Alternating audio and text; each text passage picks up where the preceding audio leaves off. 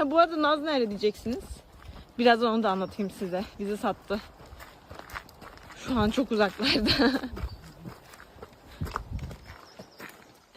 Ama ben seni çekemem, geç. Çünkü biraz şuralar şöyle dar. Ben düşerim. Evet şimdi. Ben bu suyu boşaltayım ilk önce ben. Bu delik ya.